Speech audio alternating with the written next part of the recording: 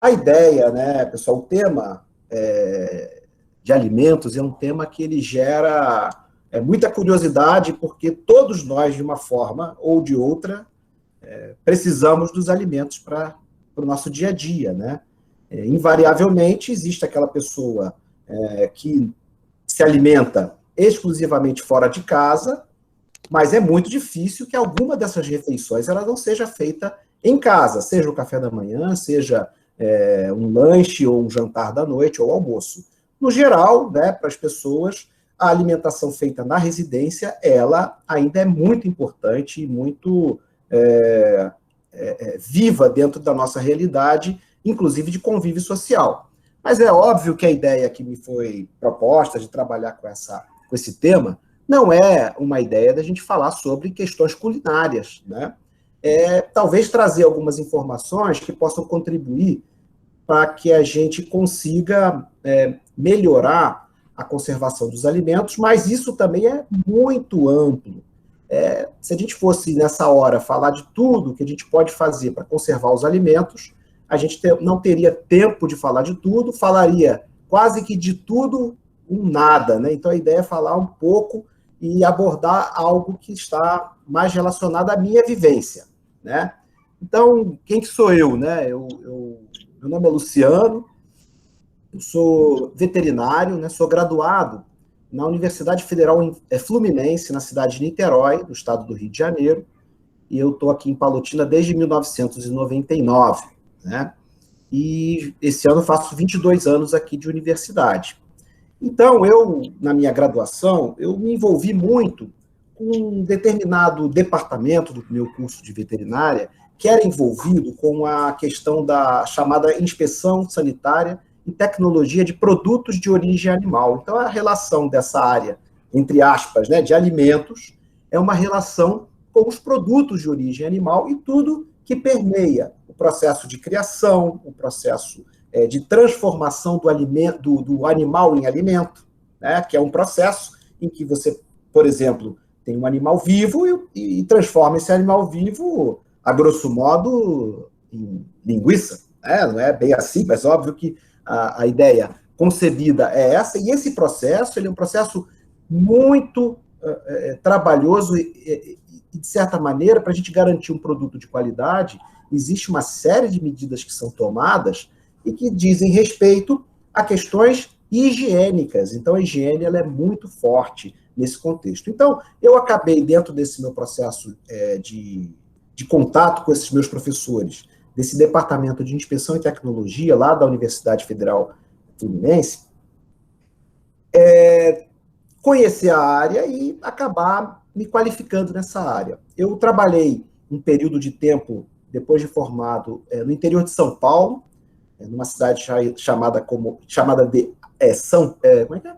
Águas de São Pedro, só isso. Era próximo a Águas de São Pedro, uma região muito bonita, na região ali de Botucatu.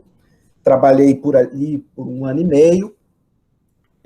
Também morei em Botucatu, onde eu fiz uma qualificação. Depois eu fui para São Paulo e fiquei em São Paulo fazendo uma pós-graduação em ciência dos alimentos. Nessa época foi quando eu passei no concurso público aqui para Palotina.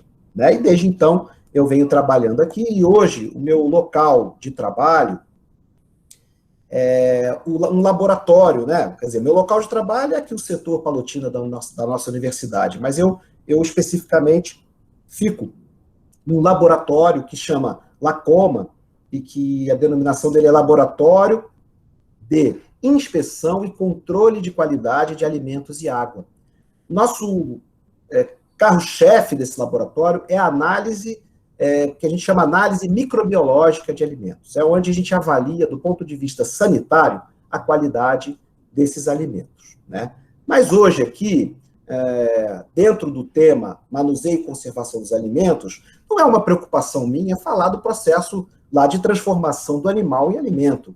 Eu acho que a questão é voltar um pouco para o nosso dia a dia dentro do ambiente doméstico, dentro das nossas casas. Então, eu chamei aqui de falar de dicas de ouro, né? Aquelas dicas poucas e essenciais para o nosso dia a dia, com o objetivo de garantir que aquele alimento, além de fornecer nutrição, que ele também acabe não sendo um veículo de uma bactéria, de um fungo, de um micro-organismo, de um germe que possa vir a causar doença pelos alimentos.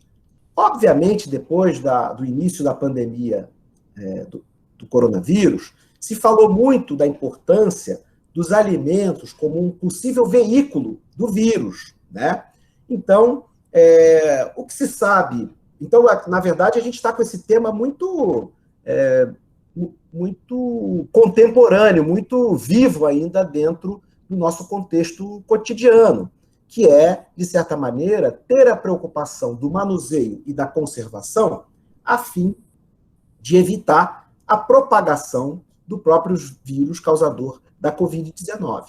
O fato é que o alimento, e aí, para não aprofundar essa questão da Covid, porque não é o nosso objetivo, o fato do manuseio do alimento, o fato do alimento poder veicular o vírus, não é através do consumo do alimento que a gente, porventura, possa adquirir a Covid-19. As evidências mostram que as outras formas são muito mais importantes, através dos aerossóis, né, do espirro, da tosse, e a contaminação direta com as mãos, e as mãos aos olhos, as mãos à boca. Então, essa é a evidência mais importante mesmo para a Covid-19.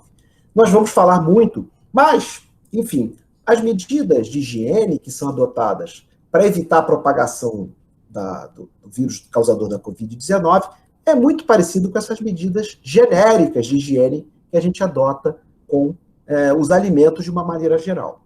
E aí, já que nós vamos falar de manuseio e conservação, a primeira questão relacionada ao manuseio, a gente se pergunta por que e quando nós manuseamos um alimento. Na verdade, a todo momento nós manuseamos. O que é manusear? É pegar na geladeira uma fruta, é pegar na geladeira uma carne, e a gente manuseia com qual objetivo? De cozinhar aquele alimento, preparar, temperar. Então, essa foto aqui, para ilustrar para a gente que o simples ato de se pegar um pé de alface e lavar esse pé de alface em água corrente tem um objetivo muito importante, que é retirar aquelas sujidades grosseiras, né? Mas, indiretamente, quando a gente manuseia e lava as folhas de um pé de alface, a gente também, indiretamente, está conseguindo retirar aquele perigo que é microscópico, que é o micro-organismo que está ali, que, porventura, pode ser consumido pela pessoa e causar a ela uma doença. Eu me lembro bem, eu faço 51 anos esse ano, então, ali, no início dos anos 80, lá em Niterói, existia o cólera, era uma doença endêmica em Niterói. Então, algo que tinha o tempo todo nas propagandas era com relação à necessidade de você utilizar o hipoclorito de sódio, ou a quiboa, né, para fazer a desinfecção das folhas de alface. Então, aquela receita básica, 1 colher de sopa em 1 litro de água, coloca as folhas separadamente, submersas nessa solução por 2 a 5 minutos. Depois, enxágua essa folha em água corrente, ela está pronta para consumir. Ora, por que não só lavar, né? Porque só a lavagem não garantia a eliminação da bactéria que causa cólera, né? Então, o uso do cloro tinha o objetivo de ter uma ação química, né? A agir, porque a água ali, juntamente com as mãos, ela tem uma ação mecânica. Então, junto com essa ação mecânica, ter uma ação também química da ação dessa quiboa sobre o alimento. E aí, por que isso era importante? Isso era importante porque havia uma necessidade, de fato, de reduzir a ocorrência de cólera. E a gente não tinha informação se lá no local em que esse alface era produzido, era cultivado, se a água utilizada para irrigação, para a água utilizada para regar os pés de alface, era uma água contaminada ou não. Então a bactéria podia estar ali, ó, escondidinha, chega em casa e a pessoa poderia apresentar uma sintomatologia. A gente manuseia um alimento também para, por exemplo, cortar carne, bife, em cubos, para fazer qualquer tipo de prato, né? Já é um manuseio diferente, né? O alface a gente lava para tirar sujeira. A carne a gente manuseia para cortar, né? Bem como frango, que a gente manuseia sobre uma superfície de cortes da nossa cozinha, uma tábua de corte, com o objetivo de transformar nesse caso, em coxa e sobrecoxa. De repente a gente está ali tirando uma gordura, tirando a pele, enfim, o que a pessoa quer fazer, né? Cortando, separando a sobrecoxa da coxa, com o objetivo depois de cozinhar esse alimento, né? No caso do alface, a gente não cozinha, né? Mas a gente pode picar o alface numa superfície de corte também. Para mais o que a gente manuseia um alimento, por exemplo? Para cortar uma salada que possa ser consumida crua ou que vai ser utilizada para a preparação de um molho, né? Então, aqui no exemplo ilustrativo, a gente tem aqui um tomate sendo picado com o objetivo de compor uma salada ou com o objetivo para se elaborar um molho de tomate, né? Concentrado ou não. Para que mais a gente manuseia um alimento, né? A gente manuseia o alimento usando aqui fortemente a ação das mãos para temperar o alimento. A gente tempera na panela jogando sal, mas eu posso também temperar o alimento na própria superfície de corte, né? Eu corto, preparo, salgo, coloco pimenta, as especiarias que eu quiser colocar ali e depois faço o tratamento térmico. Depois eu vou cozinhar na panela, fritar na frigideira, assar no forno. Aí é o interesse e o desejo da pessoa em relação a isso, né? Mas os momentos anteriores, eles estão muito envolvidos com a manipulação, né?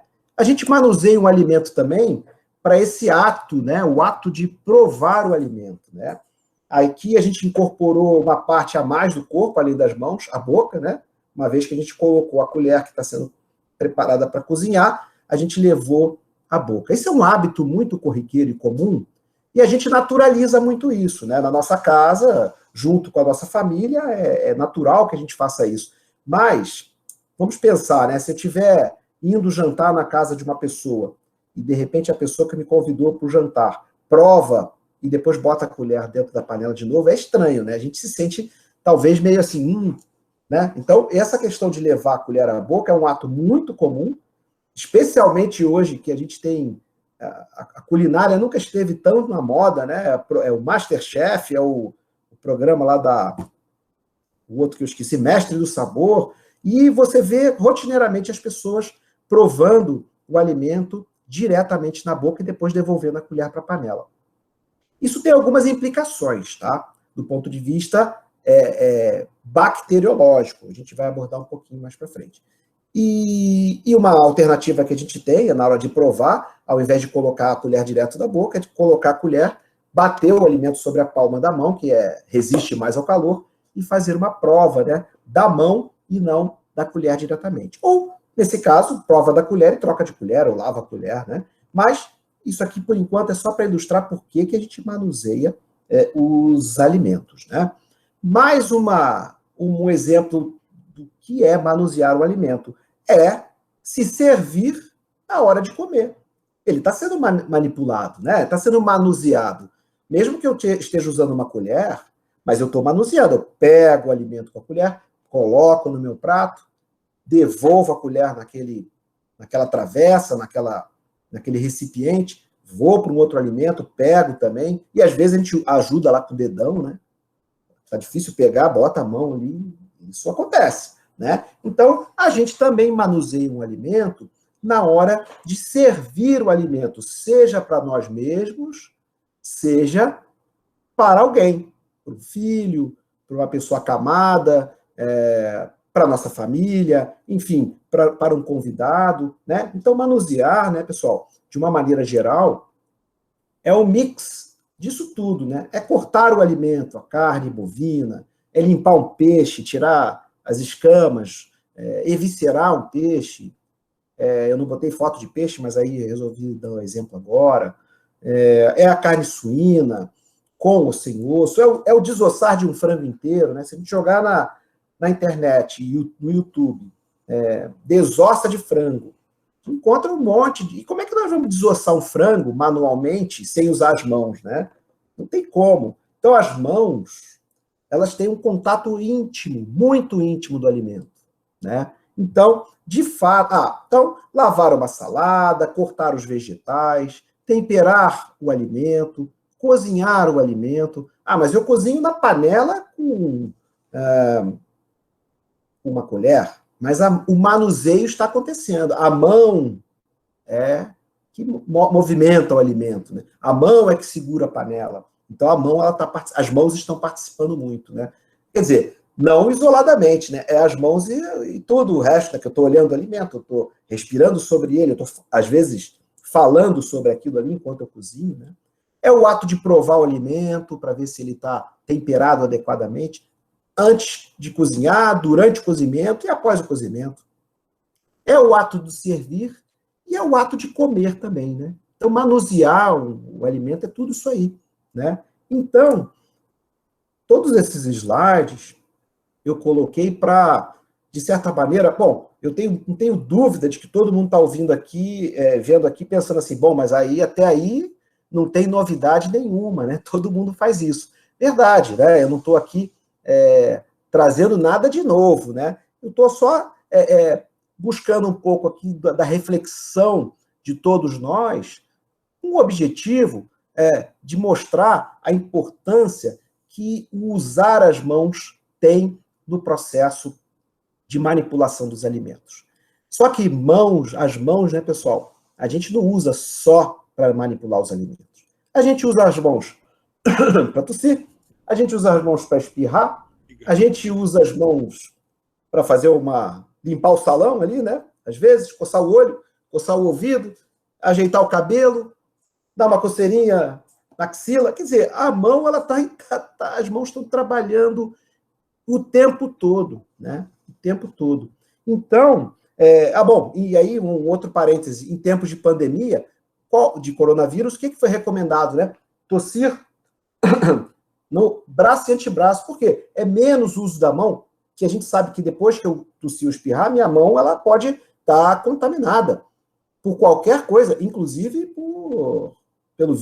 pelo coronavírus, né? Então, a ideia de você não usar as mãos nesse momento, ela é muito importante. Por que não se recomendou o uso da luva? E se você tossir sobre a luva, o problema permanece. Então, a ideia é, evite utilizar as mãos, porque, especificamente por conta da Covid, cocei aqui meu nariz. Muito bem. Depois, se eu manipular um alimento, essa minha região aqui, ela é rica em contaminantes, né? E se eu tiver, por exemplo, portador do vírus, do coronavírus, e eu acabar cumprimentando alguém, essa pessoa recebe a carga viral ali na mão e coça os olhos. Então, aqui nas mucosas oculares, nós temos receptores para o vírus, ele vai e penetra por ali. Mas vamos deixar a Covid de lado, a gente já está falando muito de Covid, né? A ideia aqui é mais no sentido amplo da manipulação. As mãos realmente eles são muito importantes em todo o processo de manipulação.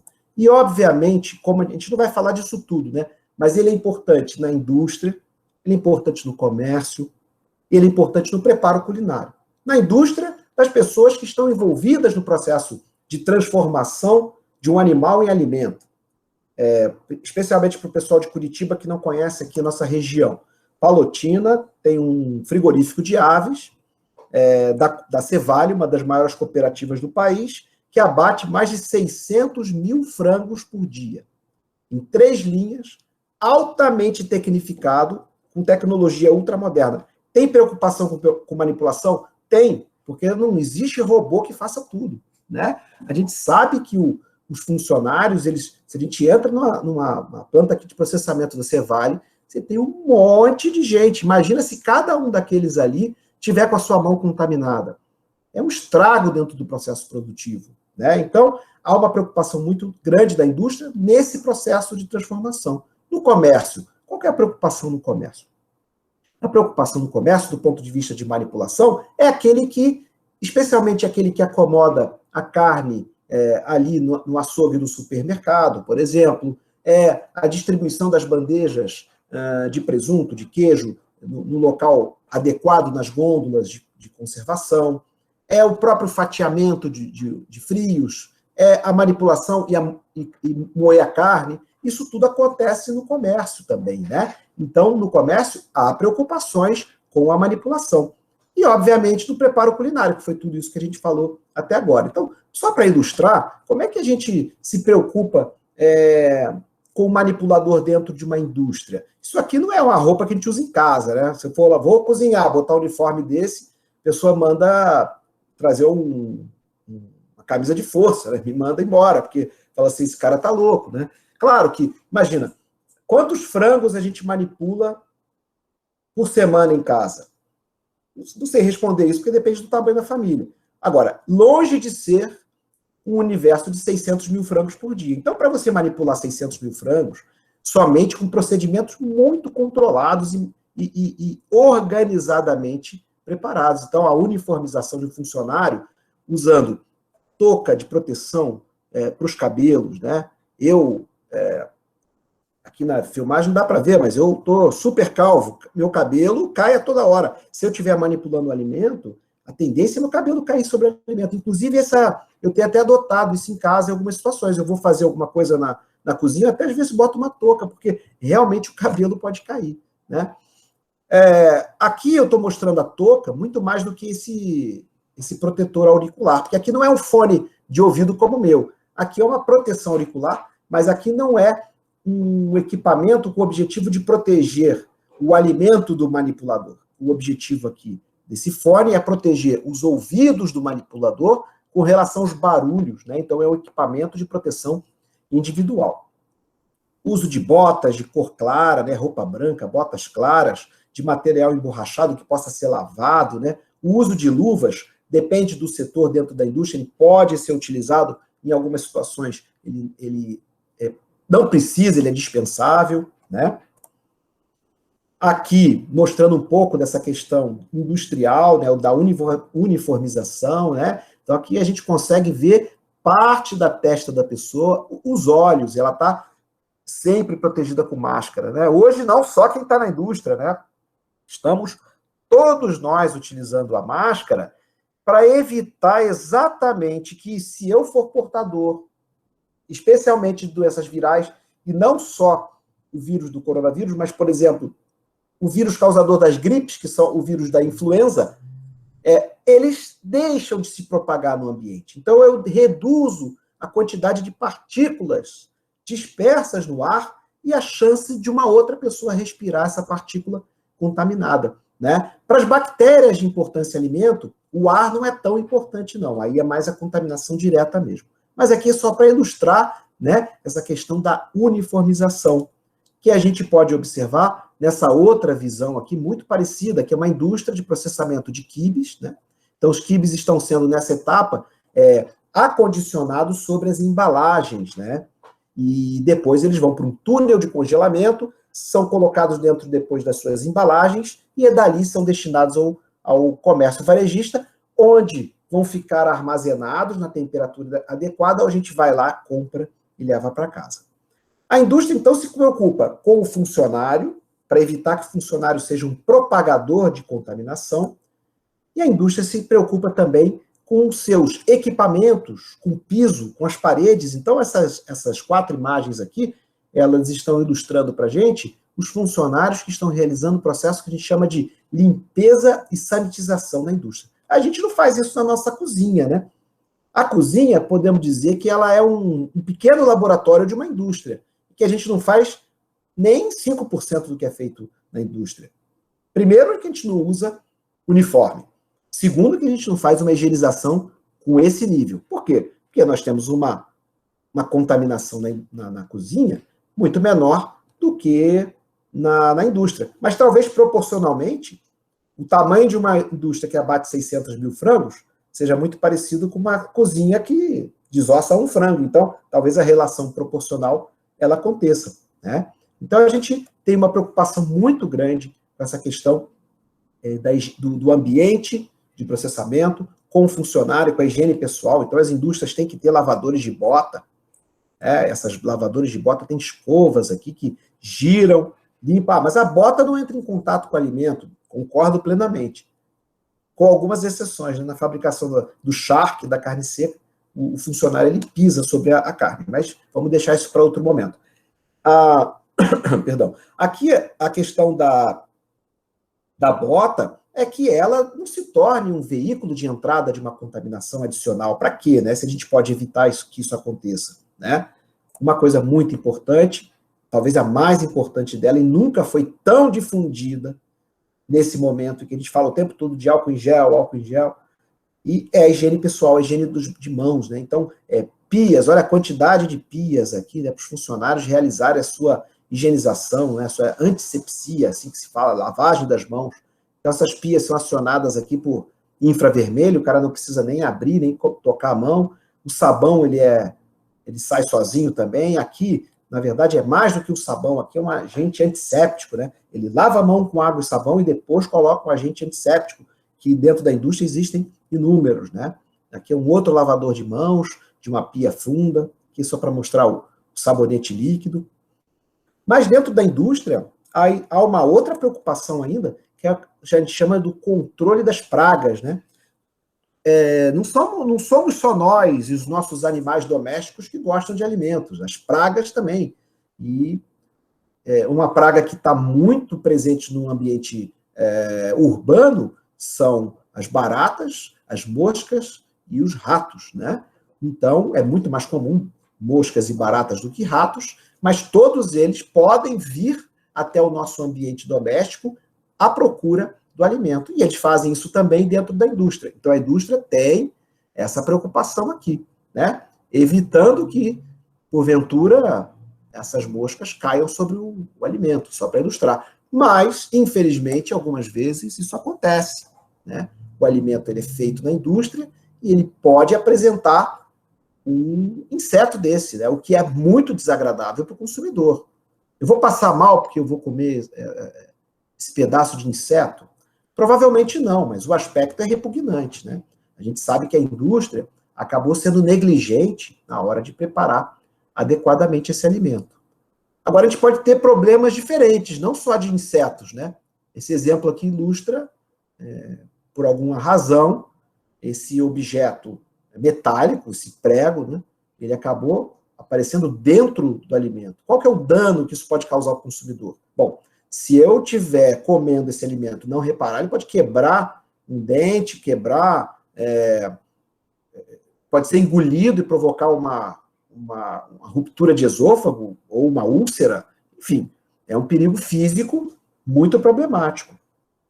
E essas fotos são ilustrativas e eu não tenho conhecimento como isso aconteceu. Essa aqui eu conheço. Aqui, essa foto, ela é antiga, eu precisei digitalizar, não dá para a gente perceber muito bem, mas é um camundongo, foi retirado de dentro desse queijo prato. O que aconteceu? Eu trabalhava no laboratório, e esse laboratório recebeu, então, esse queijo do dono da padaria, que cortou o queijo ao meio para fatiar. Quando ele cortou, ele viu uma massa escurecida. Ele levou o queijo para a gente foi observar lá e tinha realmente um pequeno camundongo.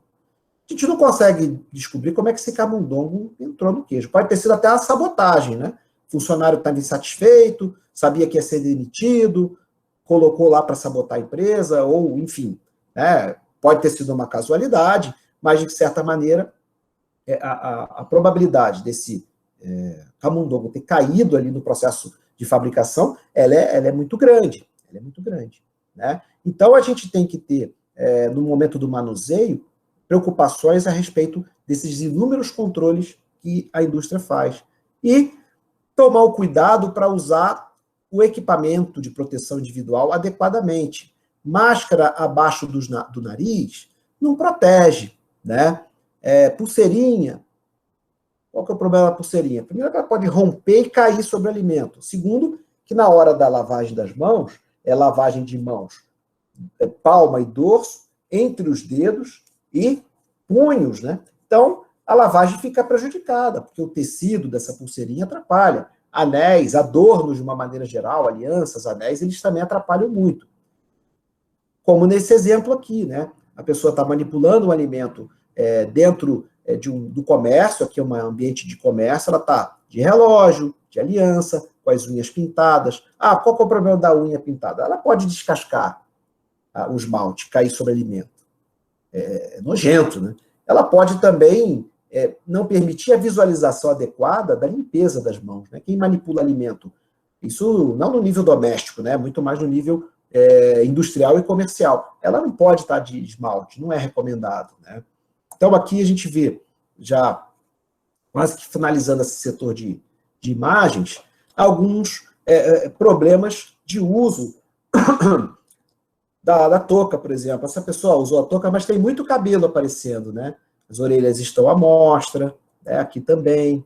Então, essa touquinha, ela tem que ser usada, né, protegendo cabelos e orelhas, né? Especialmente o cabelo como um todo, né? Então, aqui os adornos, né? Um problema disso aqui também. Então, aqui o que eu destacaria é aqui as orelhas aparecendo e o cabelo à mostra, o que pode permitir, na hora que essa pessoa está colocando o bolo dentro das embalagens plásticas, cair um cabelo, aquele cabelo chega em casa, na nossa casa, é muito desagradável, né? E aí, pessoal, isso aqui é um ambiente, só para ilustrar, que às vezes a gente, por trás do balcão, a gente não vê o que acontece. É uma rede de supermercados. Isso aqui é Nossa, me deu branco aqui. Nossa, como é que é o nome disso? Parece até que eu não... Interruptor? Interruptor. Isso mesmo, obrigado. O interruptor é tudo sujo, né? Porque as pessoas acende, apaga, um monte de funcionário. E olha a condição. Aqui o cara ainda pode levar um choque, mas isso mostra... isso aí que tem problema para o alimento? A princípio não, mas mostrando um pouco a falta de preocupação com a limpeza, né? Certamente isso reflete na própria manipulação, né?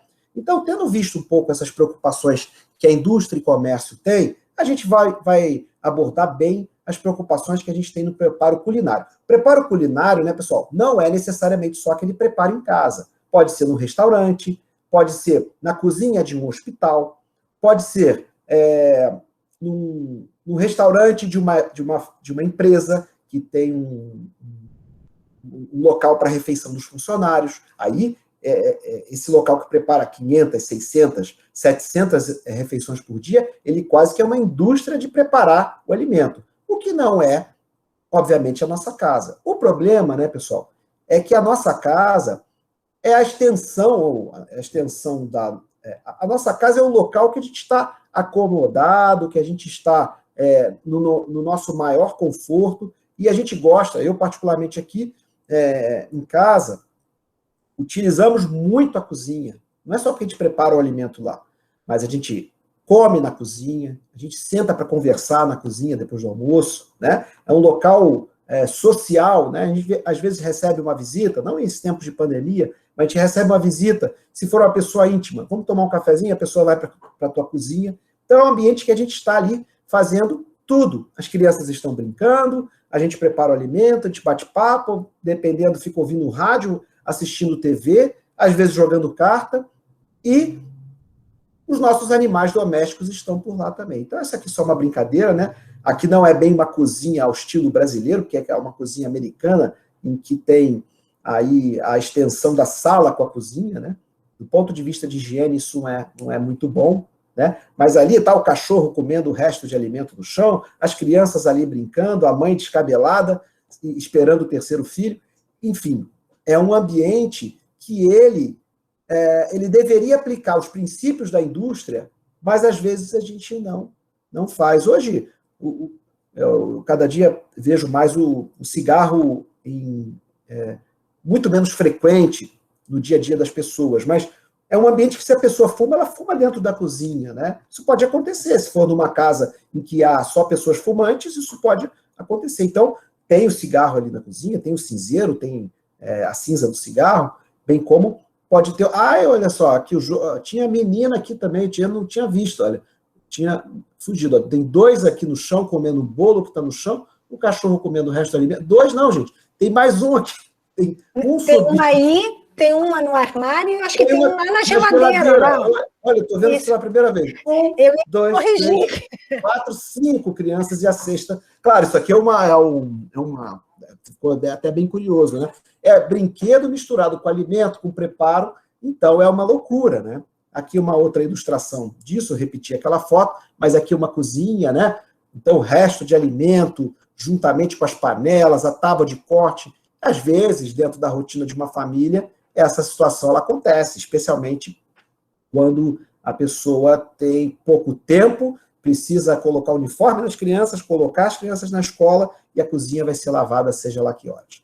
E não é à toa, né, que foi feito um trabalho bem interessante em que os voluntários aceitaram colocar câmeras de vídeo dentro das suas cozinhas. E os pesquisadores filmaram ao longo de dias os hábitos das cozinhas. Então, depois eles foram ver esses vídeos e começaram a observar coisas bem interessantes. Pena que o artigo ele foi publicado com fotos em preto e branco, talvez por causa da condição da câmera, né? Então, aqui, olha que interessante, ó, lá na superfície em que a pessoa cortava um alimento, o gato da casa, tem até coleirinha, né?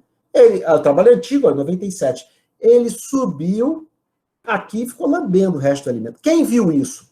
Ninguém, né? Mas o gatinho, ele foi lá da caixinha de areia, fez a necessidade, cavou, ficou com resíduo fecal nas patinhas, lambeu e tudo. Depois ele vai ali, lambe o resto do alimento, e a pessoa depois vai lá e consome esse alimento que foi lambido pelo gato. Isso acontece no ambiente industrial? De forma nenhuma, né? Isso só acontece em casa, porque a casa é a casa, né?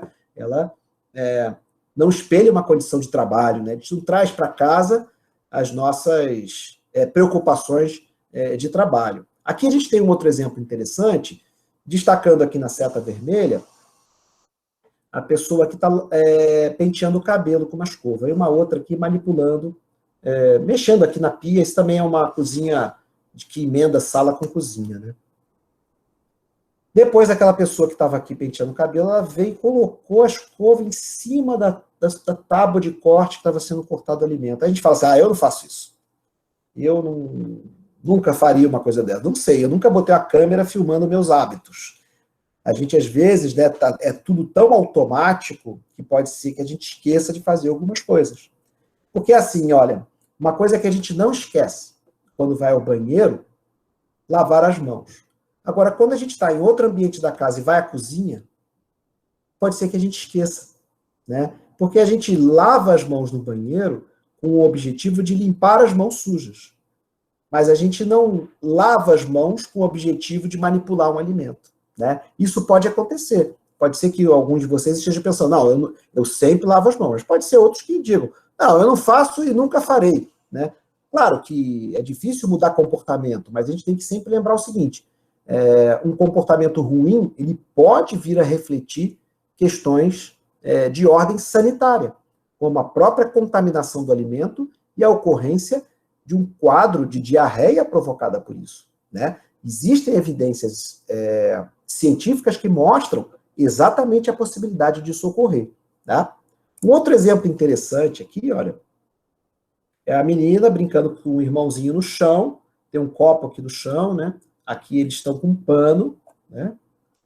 Depois de um tempo, as crianças saíram, o copo ficou lá, o pano também, a mãe nem reparou, chutou o pano, passou aqui, deu um chute, pisou no pano. Mas o mais incrível é que esse pano, em algum momento, foi para a mesa, foi para a superfície da cozinha. Então, era o pano que o neném babou ali em cima, esfregou, botou na boca, a irmãzinha também. Depois a mãe pisou, botou na superfície, e aí, para fechar com chave de ouro, ela depois usou esse mesmo pano para cobrir o alimento, né? Se a gente perguntasse para essa pessoa, você faria isso? Óbvio que ela vai dizer que não. Mas o dia a dia, eles, às vezes, fogem do nosso controle, sob o ponto de vista de atitudes erradas, né, pessoal? Aqui, essa foto eu acho também muito interessante, é essa coisa do coçar o nariz, né? Isso a gente faz o tempo todo, né? Passa o dedo, dá uma coçadinha, botou a máscara, dá vontade de coçar o nariz, né?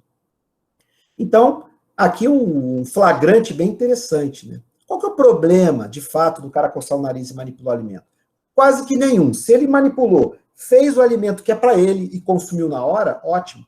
O problema é se ele tivesse preparando um monte de sanduíches para outras pessoas, para os filhos, para a família, para uma festa, ou ele vai para um piquenique, levar esse sanduíche, e aquela contaminação no nariz passou para o alimento.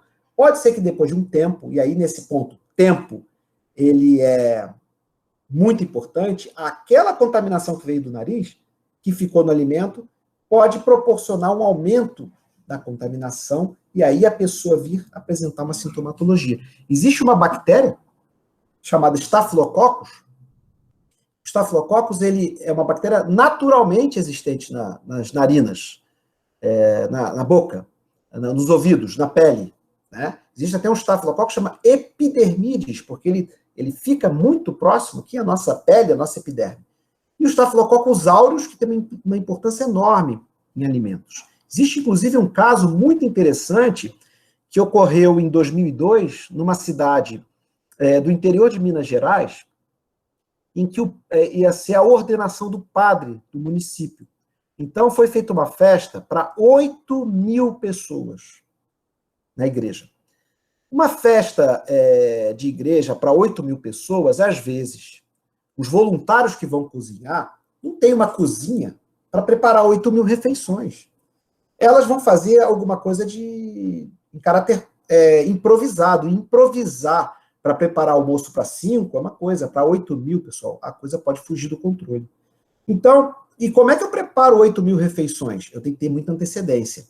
Aí começa a complicar, né? Então, é muita comida preparada num ambiente impróprio, por voluntários que não tiveram o treinamento adequado de manipulação. E aí, pessoal, por azar, foram 8 voluntários que prepararam a comida. Os 8 eram portadores desses Staphylococcus aureus. Só que esses Staphylococcus, eles eram altamente patogênicos. Não para a mão, mas depois que caiu no alimento, mudou, né? Mudou a personalidade da bactéria. E aí, para preparar alimento para 8.000 pessoas, eles precisaram preparar com 3 dias de antecedência. 3 dias, desculpa, o almoço foi no domingo. Eles começaram a preparar ao meio-dia da sexta-feira, 48 horas antes. Então, eles começaram a preparar e armazenar em temperatura ambiente. A coisa complicou de um tamanho que, das 8.000 pessoas do almoço do domingo, 4.000 adoeceram. E o problema do Staphylococcus é que ele causa um sintoma muito rápido, 30 minutos após o consumo do alimento. Vocês imaginem, 4.000 pessoas passando mal. Estava até almoçando ainda, porque meia hora não deu tempo nem de terminar o almoço. Claro que teve entre 30 minutos e 8 horas, como faixa da ocorrência dos sintomas. E o principal sintoma é náusea, vômito, e em decorrência desse vômito, a desidratação. Dessas 4.000 pessoas que adoeceram, 378, quase 400, precisaram realmente ir para um posto de saúde. Isso já causa uma sobrecarga do posto de saúde, né, do município. Dessas quase 400 pessoas, 76 pessoas delas precisaram ser internadas na UTI. E dessas 76, 14 faleceram. Então, pessoal, olha o tamanho do problema. 8.000 pessoas, 4.000 adoeceram, 376 foram para o hospital, 76 foram internadas na UTI, 14 faleceram. E sabe quem foram as pessoas que faleceram? São os chamados grupos vulneráveis. Quais são os nossos grupos vulneráveis? Primeiro grupo, as pessoas doentes. Eu já estou com uma outra doença. A pessoa tem uma doença degenerativa. A pessoa fez um transplante de órgão e está convalescente. A pessoa tem uma doença como um câncer. A pessoa está debilitada imunologicamente. Ela é mais propensa a ter doenças que o indivíduo comum não morre. Outro grupo vulnerável, as crianças abaixo de 5 anos. E outro grupo vulneráveis, os adultos acima de 65 anos. Então, todas as mortes ocorreram desses grupos vulneráveis. Então, aquilo que para alguns não causa nada, para outros pode ser realmente fatal. Então, pensando nisso, o que teria sido ideal para evitar o caso que eu citei lá em Minas Gerais? Era não ter sido feito esse preparo com antecedência. Era não ter sido feito esse preparo em condições precárias de manipulação. Era isso ter sido preparado num ambiente apropriado. Claro, né, pessoal, que isso não espelha a nossa realidade doméstica, porque a gente não faz alimento para 8 mil pessoas, né? Mas mostra para a gente uma coisa que em casa realmente a gente faz. A gente é negligente com as condições de saúde. Não sou eu que estou dizendo. O próprio Ministério da Saúde diz. Aqui eu tenho um dado, um período de uma década, entre 2009 e 2018. Está um pouquinho desatualizado. Aqui talvez não dê para ver, mas aqui, cada coluna dessa representa, eu tentei fazer esse gráfico para aparecer bem, mas ele talvez fique um pouquinho apagado para alguns. Cada coluna dessa representa um local de ocorrência dos surtos de doenças transmitidas por alimentos. Olha onde acontece a maior quantidade. Em casa, na residência. 37% de todos os surtos de origem alimentar acontecem em casa. Então, pessoal, não tem jeito. Nós temos problemas de ordem higiênica acontecendo na nossa casa, querendo admitir ou não, né? Então, realmente, a gente não consegue espelhar os princípios da higiene e da indústria no nosso ambiente domiciliar. Por isso que, às vezes, eu tenho um pouco de receio, quando você vai num restaurante, o cara fala comida caseira. Né? Eu tenho medo de você preparar uma comida caseira, porque a ideia da comida caseira é o tempero, você não usa nada industrializado, não usa caldo quinó, de repente um tempero feito pela pessoa, né? Enfim, essa é a ideia concebida. O medo é a coisa feita caseira, com princípios caseiros, mas para uma grande quantidade de pessoas. Isso pode acabar ocorrendo problema.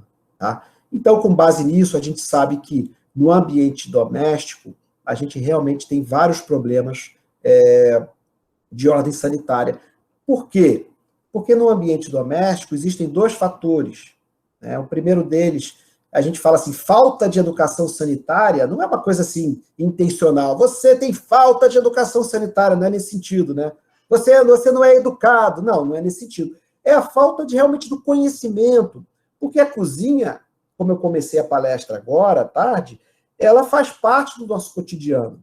E ela é uma experiência de vida, né? Passa de mãe para filho, de pai para filho, de avô, de avó, e isso se perpetua, né? Mas, às vezes, a gente, sem saber, está, de fato, negligenciando as condições higiênicas e, consequentemente, levando esse problema para quem vai consumir o alimento. E acaba acarretando naqueles 37% de todos os surtos que aconteceram numa década no Brasil foram pelo consumo de alimentos em casa. Mas tem outro detalhe também, pessoal. Muitas pessoas que estão em casa, quem que estão em casa? São os grupos vulneráveis, são os doentes, são os idosos, são as crianças pequenas, né? Então, em casa, essas pessoas dos grupos de risco acabam se alimentando mais. Agora, imagina, eu preparo um alimento para eu comer e eu contamino o alimento. Talvez eu mesmo comendo não sinta nada, mas se eu fornecer esse alimento para uma pessoa que está acamada, que já está debilitada, ela pode ter um quadro gastroentérico e isso pode agravar o quadro da doença e a pessoa pode vir a óbito. Então, o fato é que os surtos acontecem em casa exatamente porque em casa que estão esses grupos vulneráveis, né? E fatores que estão muito relacionados, além da falta de educação sanitária, o que a gente chama de contaminação cruzada. Vocês se lembram que eu coloquei ali no início da palestra as fotos lá da manipulação do tomate, do frango. Às vezes, eu uso uma tábua de corte para cortar o frango. O frango é rico em contaminação. Só que o frango, eu não consumo frango cru, nem mal cozido. Eu consumo frango muito bem cozido. Então, eu tiro o frango daquela tábua e jogo na panela. Só que aquela tábua, cheia de contaminante do frango, eu vou e corto alface. Eu vou e corto tomate. Tomate e alface vão ser consumidos crus. Então, eu levo o que a gente chama de contaminação cruzada. Uma superfície suja, que eu manipulei o primeiro alimento, nesse caso o frango, vai receber o segundo alimento, que vai ser consumido cru. e aí realmente reside num grande problema, né? E isso que é o que caracteriza, a gente chama de contaminação cruzada, né? Então eu vou falar depois de como a gente pode prevenir isso, rapidamente, né? Então na cozinha a gente tem presença de inúmeros alimentos e de pessoas, né? É um local social demais, ótimo de ficar. No inverno ele está quentinho, né? Então a gente fica lá mais tempo. Em virtude dos hábitos higiênicos, a gente tem muito mais hábitos higiênicos no banheiro do que em casa, não, do que na cozinha. Na cozinha é onde acontece a chamada contaminação cruzada, e uma coisa que a gente faz muito pouco, né? A gente varre a cozinha, passa um pano, a gente, não, às vezes, não usa o produto adequado. Geladeira, quem que esvazia a geladeira e limpa a geladeira por dentro, tira tudo, né? Isso é uma coisa que era necessário ser feito e acaba não sendo, né? O forno talvez não seja tão importante que eu não conservo alimento no forno, eu coloco ele e depois retiro, né? Então essas questões na cozinha, elas proporcionam muito realmente a ocorrência dessa questão da contaminação dos alimentos. E destacando aqui a contaminação cruzada, reforçando aquilo que eu coloquei, né, numa superfície de corte que eu utilizo o frango, eu depois acabo manipulando um alimento, nesse caso aqui o exemplo da foto é uma cenoura, que pode vir a ser consumida crua. Então, ocorre quando os micro-organismos são transferidos de um local para outro, através dos utensílios, equipamentos, mãos, panos, né? A própria mão que manipula o frango, depois que ela manipula um outro alimento, ela pode proporcionar a contaminação cruzada, né? Então, qual que é a solução para isso? Eu tenho uma tábua que eu corto vegetais, separada da tábua que eu corto a carne crua. Mas eu só tenho uma, então ela tem que ser lavada e higienizada adequadamente. E, no mínimo, corte a salada primeiro, né? Porque a salada na tábua limpa, ok, você não gera o problema da contaminação cruzada, porque o alface vai transferir uma contaminação para o frango? Dificilmente, nem naquele caso lá do cólera que eu comentei no início. É mais provável o contrário, o frango trazer a contaminação para o alface. Então o cara acaba passando mal pelo alface, não pelo frango. Porque o frango ele cozinha, ele mata toda a contaminação ali existente, né? Então, essa é a questão da contaminação cruzada, ela precisa ser evitada, né? Então, separar a carne, os peixes crus de outros alimentos, manipular os alimentos crus e cozidos, utilizando utensílios independentes, não só a tábua, mas a faca, em algumas vezes, precisa ser higienizada ou diferente. Guardar os alimentos em embalagens ou recipientes fechados para evitar o contato entre alimento cru e cozido. Então, eu tiro um frango do freezer, coloco ele na geladeira para descongelar. Quando estava no freezer, está tudo congelado. Eu coloquei ali, começou a descongelar e a embalagem do frango estava furada. Começou a pingar e escorrer aquele caldo de frango ali. Aquele caldo ele pode vir a contaminar outros alimentos, a gente nem vê, né? Então, o alimento ele precisa ser adequadamente colocado dentro de um recipiente no momento do descongelamento, por exemplo.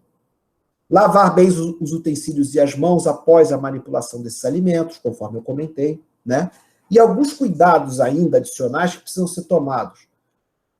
Isso é uma foto real, né, em contraste de fundo preto, mostrando os aerossóis que são liberados quando a pessoa espirra, né? Por isso que o uso da máscara ele até protege muito. Só que em casa, né, pessoal, a gente não vai colocar uma máscara para cozinhar. Então a gente tem que se lembrar. Não posso tossir, não posso espirrar. Se eu tossir ou espirrar, eu tenho que lavar minhas mãos. Será que a gente lembra disso tudo no dia a dia? Existe um outro caso bem interessante que aconteceu numa contaminação de um alimento, que o frango foi preparado inteiro e foi colocado na mesa. Então as pessoas da família, filhos e pais, na hora de comer, tiraram com a mão, né? Um frango muito bem cozido, macio, tirou a coxa, tirou a asa, manipularam o frango. No momento que eles manipularam, eles levaram, através das mãos, a contaminação para o alimento. Eles comeram ali, não tiveram problema nenhum. O problema foi a sobra. O frango que sobrou ficou na mesa, entre o almoço e o jantar. Período de tempo muito longo. Esse período de tempo, aquela contaminação da mão, proporcionou que a bactéria ali presente se multiplicasse. E aí, essa bactéria que se multiplicou, ela produziu uma toxina altamente resistente ao calor. Então, o frango ele foi requentado, mas o calor não foi suficiente para remover a contaminação.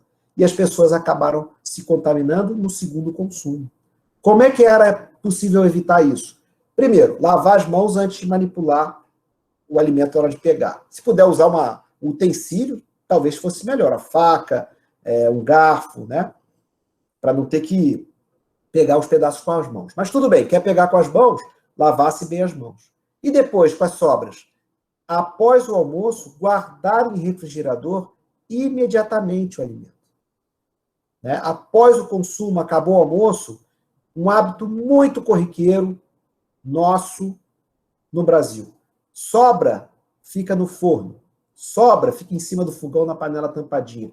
Isso para as bactérias, pessoal, é uma beleza. Então a gente vai dizer assim, mas eu nunca fiz isso a vida toda, nunca aconteceu um problema. Bom, primeiro, sempre há a primeira vez. Né? Pode acontecer em algum momento. Segundo, não quer dizer que a gente fazendo a coisa errada, as coisas vão dar errado. Até um belo dia que dá errado. Né? Isso é uma questão que a gente fala de probabilidade. A chance de eu ter um problema aumenta quando eu deixo a sobra do alimento sobre o fogão. Mas não posso colocar na geladeira porque estraga a geladeira. Isso é muito mais uma questão de, vou dizer crença, porque acho que a palavra não cabe bem, mas de um mito, né? De acreditar que o alimento quente, claro, está fervendo a panela, não vou colocar na geladeira. Mas após o consumo, aproximadamente 1h30 depois do preparo, do aquecimento em alta temperatura, aquela panela e aquele alimento atingiu uma temperatura aproximada de 60 a 55 graus, que eu não preciso nem verificar, mas é 1h30. Então, cozinhei o alimento agora. Ele foi colocado na mesa, a gente comeu. 1h30 depois daquele momento do preparo, ele tem que estar na geladeira. E esse alimento, ele precisa estar lá para baixar rápido a temperatura, né, para evitar a multiplicação do micro-organismo. Né? Isso às vezes a gente não faz. E especialmente aqui, né? Hoje mesmo no início o pessoal falou, Palotina está calor, tal. A gente já mora numa região em que a temperatura ambiente ela é uma estufa. Né? As bactérias, a maior parte delas se multiplica muito bem a 30 graus. Hoje é um prato cheio para a bactéria se multiplicar no alimento. Né? Então eu tenho que evitar ao máximo que o alimento chegue a 30 graus. 1h30 depois do aquecimento, ela está a 60 graus, 55. Eu boto na geladeira, o que a geladeira vai fazer? Vai fazer a temperatura passar de 55 para 7 graus rapidinho. Não dá tempo, né? Passa batido. Tá? Então, com cuidado disso aqui, né? Aquela história do... Tentei ilustrar aqui o frango, mas não consegui. A manipulação é o contato com as mãos, né? Então, para a gente fazer isso, né, pessoal, a gente tem que estar muito preocupado com isso aqui. Eu não vou ensinar ninguém a lavar a mão, né?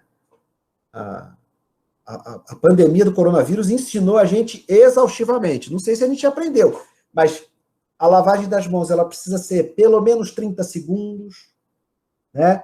Sabão sendo utilizado nas palmas, no dorso, entre os dedos, né? Em todos os sentidos, né? Garantir, marcar esse tempo, né? Contar mentalmente, antebraço. Por quê, pessoal?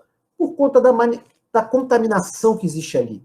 Daquela contaminação que existe quando eu coço o nariz, quando eu coço o braço, quando eu vou no banheiro, quando eu manipulo a maçaneta, quando eu pego em qualquer coisa fora de casa.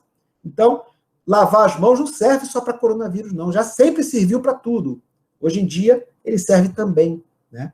Então, em linhas gerais, o manusear é muito essa questão do contato das mãos. E as mãos com a boca, com os olhos, com o nariz, com a pele. Né? Por isso que a gente usa, às vezes, luva, máscara, gorro. Tá? E como a proposta do tema também era falar um pouco sobre manuseio e conservação, né? Conservar um alimento, na verdade, né, pessoal, é mantê-lo naquela condição que ele precisa. Leite em pó precisa ficar na geladeira? Não precisa. Leite pasteurizado precisa? Claro, senão ele deteriora. Carne crua precisa ficar na geladeira? Precisa. Comprei um alimento congelado. Até utilizar, qual a temperatura que eu vou mantê-lo?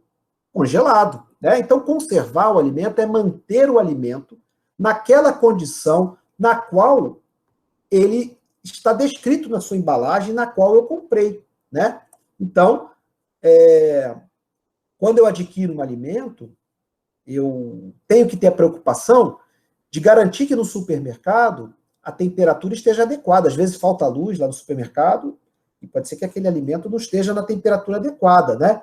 Então, existe uma recomendação assim, você vai no supermercado, em redes atacadistas grandes de capitais, por exemplo, eu já vi, por exemplo, o carrinho do supermercado tem tipo um isoporzinho, né?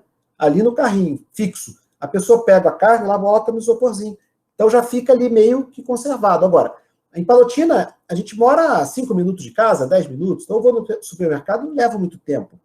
Mas se eu estiver numa cidade grande, na hora do rush, de repente eu saio do trabalho, vou no supermercado, pego o supermercado cheio, fico 2 horas fazendo compra, levo mais 1h30 no trânsito, 3 horas e meia, até chegar em casa, pode ser que aquele congelamento já não está congelado.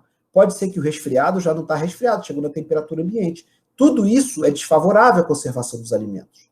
Tá? Então, aqui existe uma sugestão que quando a gente estiver fazendo compra, é a gente pegar os alimentos que precisam de frio por último. Não vou começando pelo açougue. Eu começo pelo lado dos alimentos secos, pelos hortifruti, né?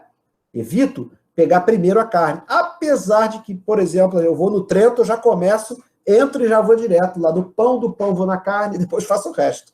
Eu mesmo, santo de casa não faz milagre, eu mesmo não faço isso. Mas as nossas compras são rápidas, né, pessoal? Né?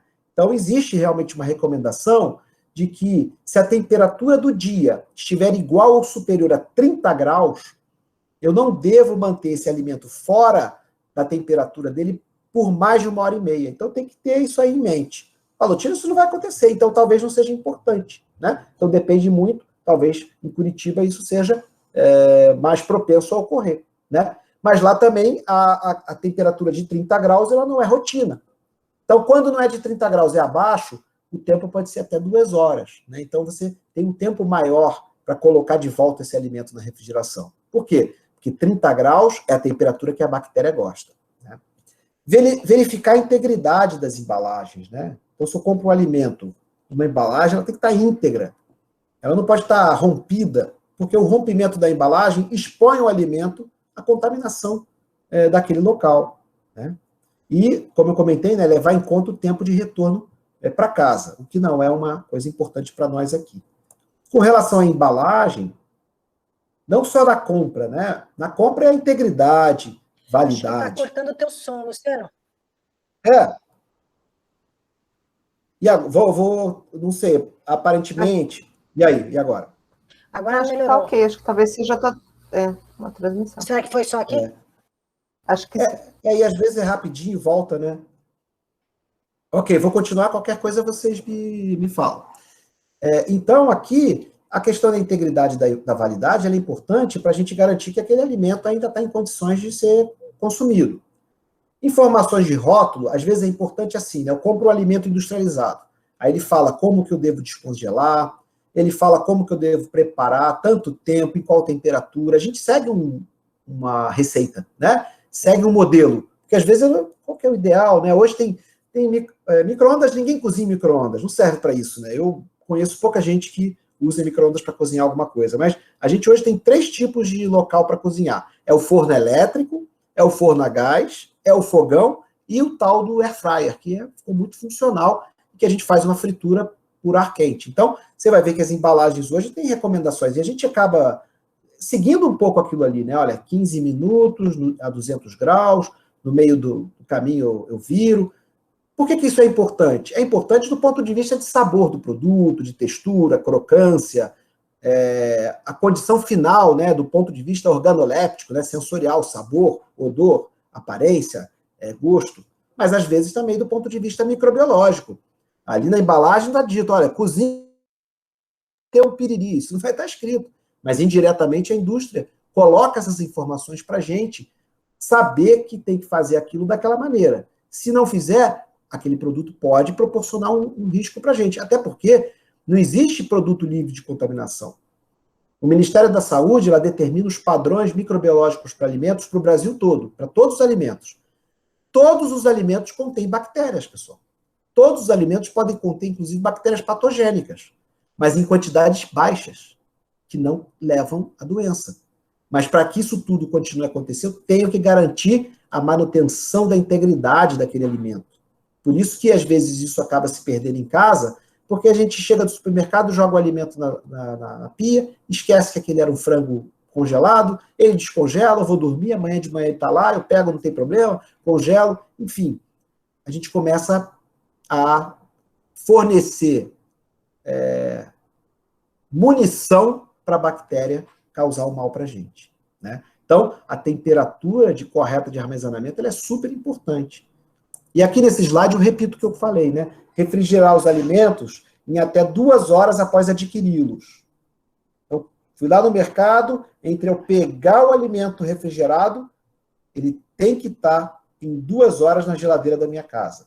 Agora, eu falei 30, né? Acima de 32, para ser mais preciso, 1 hora. Eu acho que eu também acabei falando 1h30. Então, reduz a metade o tempo quando a temperatura do dia for superior a 32 graus Celsius. Aqui tem uma coisa que a gente não faz em casa, porque não tem como. Checar a temperatura do refrigerador. A gente checa indiretamente, né? No verão, a gente bota ele no máximo. Em outras épocas, na temperatura média. Em outras, no mínimo.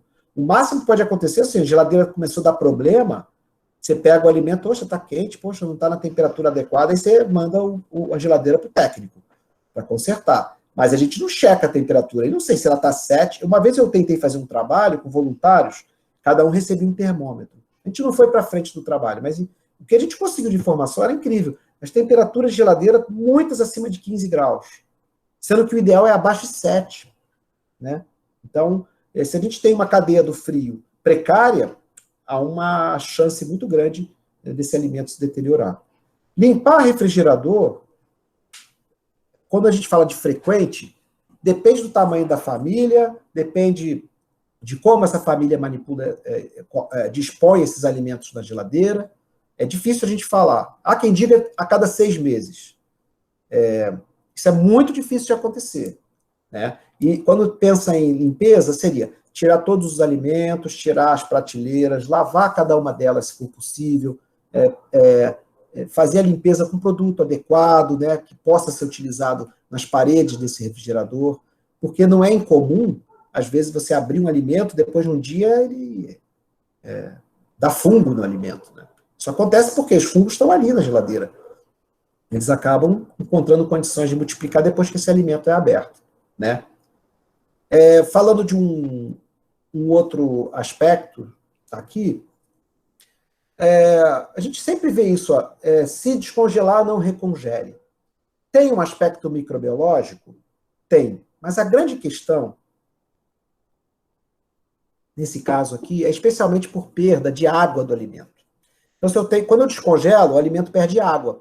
Essa água, pessoal, é super importante para o alimento ser macio e suculento. Se a carne perde água, eu pego um pedaço dela e recongelo, aquele pedaço foi para o freezer, ele já foi com menos água. Quando eu descongelar, vai perder mais água. E a água ela é importante para a maciez da carne. Então, congelar e recongelar tem muito mais importância para a manutenção da integridade, da maciez, da textura do alimento, do que propriamente do ponto de vista microbiológico. Porque às vezes eu descongelo rápido e recongelo o que sobrou, eu não dou problema microbiológico, mas eu vou dar um problema do ponto de vista de sabor mesmo, né? Ninguém gosta de comer carne dura, né? Então, essa é a questão de descongelar. Tem todas as explicações tecnológicas, né? Por que sai essa água? Né? Existe ali o gelo, quando forma o cristal de gelo, ele rompe a célula da carne, e quando rompe aquele líquido que está dentro da célula, ele extravasa, e aquele líquido ele é importante, então a carne resseca. Não é um ressecamento que eu consigo dizer, nossa, a carne está seca, mas ela interfere direto na maciez. Então, essa questão dessas dicas de ouro, ou dicas importantes, eu acho que, assim, como o objetivo não dá para a gente aprofundar aqui, tem muita coisa para falar, né? Que a gente tem, às vezes, um circo de horrores de coisas que a gente poderia falar, mas eu preferi fazer uma abordagem de coisas mais amplas e gerais, mais no sentido da reflexão mesmo, né? E eu destacaria o primeiro ponto, que é a higiene geral, ambiente, utensílio e pessoal, né? Então, lembrar que a gente não precisa usar um uniforme branco, nem uma bota de borracha, nem ter um lavador de bota. Mas eu tenho que usar os princípios que a indústria usa para trazer essas informações para o dia a dia de casa, né? Dentro do possível, evitar preparar alimentos em grandes quantidades, prepará-los em pequenas quantidades. Por quê? Se a gente cai no exemplo de você ter muita sobra, e sobra significa não ter onde armazenar. Às vezes isso acontece. Muito importante em épocas de festas, Natal, né, que você cozinha um monte de coisa, faz um peru de Natal que não cabe na geladeira depois, as sobras, né? Então, isso acaba acarretando em problema. Então, exceção feita à época das festas, que é uma festa acumula, no dia a dia, é evitar as sobras, porque as sobras, elas têm que ter um cuidado muito especial para elas não servirem de casa para os micro-organismos. E esse item tem muito a ver com o próximo. Quer dizer, não deixar o alimento que está pronto muito tempo fora da refrigeração. Preparei, fiz o arroz em água em ebulição, feijão, água fervendo, carne, fritura. Preparou, está quente, vamos comer quente, é assim que a gente faz. Em até no máximo 1h30 depois do preparo, esses alimentos eles têm que estar em refrigeração. Tá? Uma coisa que às vezes cai muito no hábito é esse ponto aqui. Esse ponto aqui, pessoal, ele esbarra com a nossa vontade. Aí o cara vai dizer, mas eu adoro comer quibe cru. Quem sou eu para dizer para a pessoa não comer? Eu não posso dizer, mas se eu tenho em casa um parente doente, uma pessoa dos grupos de risco, que eventualmente seja mais sensível, né, a questões por uso de medicamentos, realmente tem que se evitar o consumo de alimento cru. Ah, não posso comer alface? Não, nesse caso o alimento cru como um alimento, como um quibe cru, uma carne mal passada, que é um hábito do brasileiro, né? Vejam vocês, a Argentina, nosso país vizinho aqui, eles têm o maior índice mundial de uma doença que é uma síndrome urêmica e hemolítica, que leva à falência renal. Uma das evidências levantadas para a ocorrência dessa síndrome urêmica e hemolítica é o consumo de carne bovina mal passada, que é um hábito nosso também. Né? Então, não vou dizer que a gente tem esse problema, mas o nosso país vizinho aqui tem. E quem já teve a oportunidade de ir na Argentina sabe que é famosa a carne argentina pela sua maciez e por ela ser consumida ligeiramente mal passada. Mas isso pode estar proporcionando um problema de ordem sanitária. Agora, a gente mexe com questões culturais, o hábito. Eu me lembro bem, 1 ou 2 anos antes de vir para Palotina, em 1997, eu vi uma matéria na TV que eu nunca consegui encontrar essa matéria, que foi numa determinada cidade do Paraná, a toxoplasmose que ocorreu numa comunidade por conta do salame, né, que é um hábito, é um produto muito importante na cultura da região, não só da região, mas do sul do país de uma maneira geral. Mas o toxoplasma, sem entrar em detalhes sobre esse patógeno, ele causa, entre outros problemas, a cegueira, né? E ele só é destruído pelo calor, né? Então, eu tenho como comer um salame adequado? Tenho, mas eu tenho que ter hábitos higiênicos adequados para preparar aquele salame a fim de evitar que ele possa vir a estar contaminado pelo toxoplasma, né? Então, por isso que a gente fala que o evitar não é proibir, é ter cuidado, né? E o último fator aqui são os cuidados com a contaminação cruzada. Lembrando que a contaminação cruzada pode ser a mão, pode ser uma faca, mas pode ser principalmente a superfície de corte, tá? E com isso, eu encerro, eu acabei não monitorando muito tempo, eu estou achando que foi 1h10, mais ou menos, 1h15, né, de apresentação, acho que está mais ou menos adequado, e conforme combinado, estou à disposição para a gente conversar, espero que vocês tenham aproveitado